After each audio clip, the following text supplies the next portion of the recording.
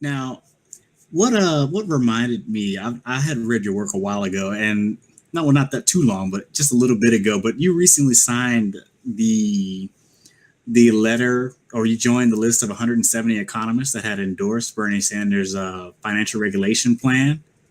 Yep. And when that plan came under attack, you also issued a statement, or was it a letter, defending, or at least saying that what they were saying was at least not right. Could you talk about that letter, the original 170 endorsing Bernie Sanders' plan, and then the letter you wrote to the Bureau of Economic Statistics? I forgot what group it was you wrote that to.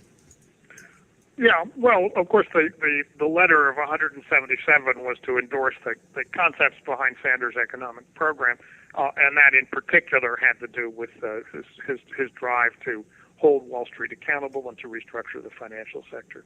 So this was, I think, a useful statement, and it was widely circulated. I think garnered some attention. I was pleased to see that. What then happened was in relation to a paper written by an independent academic, which gave an estimate of the overall growth effects of Sanders' economic program. I didn't necessarily agree with everything about that paper, but it was attacked in a rather, I thought, professionally discourteous way by four heavyweights who had been past chairs of the President's Council of Economic Advisors, who simply announced in a high-handed way that there are serious economists themselves and non-serious economists, and one shouldn't pay attention to the others, and that you should rely on the rigorous research of the serious people.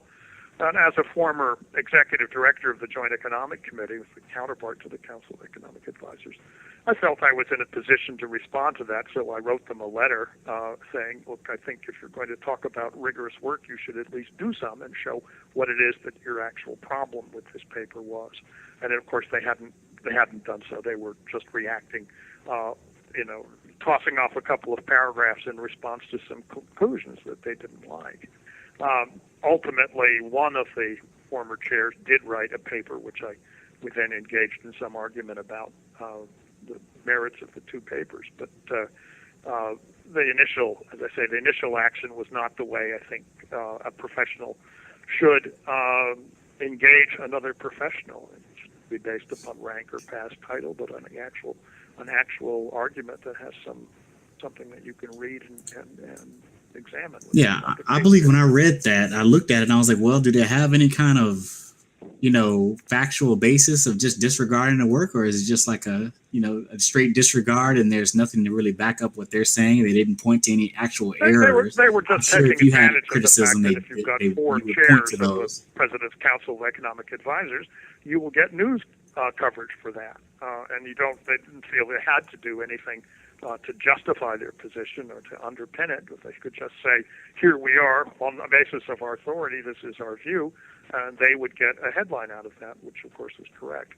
And to my mind, that is a form of professional dirty pool, frankly.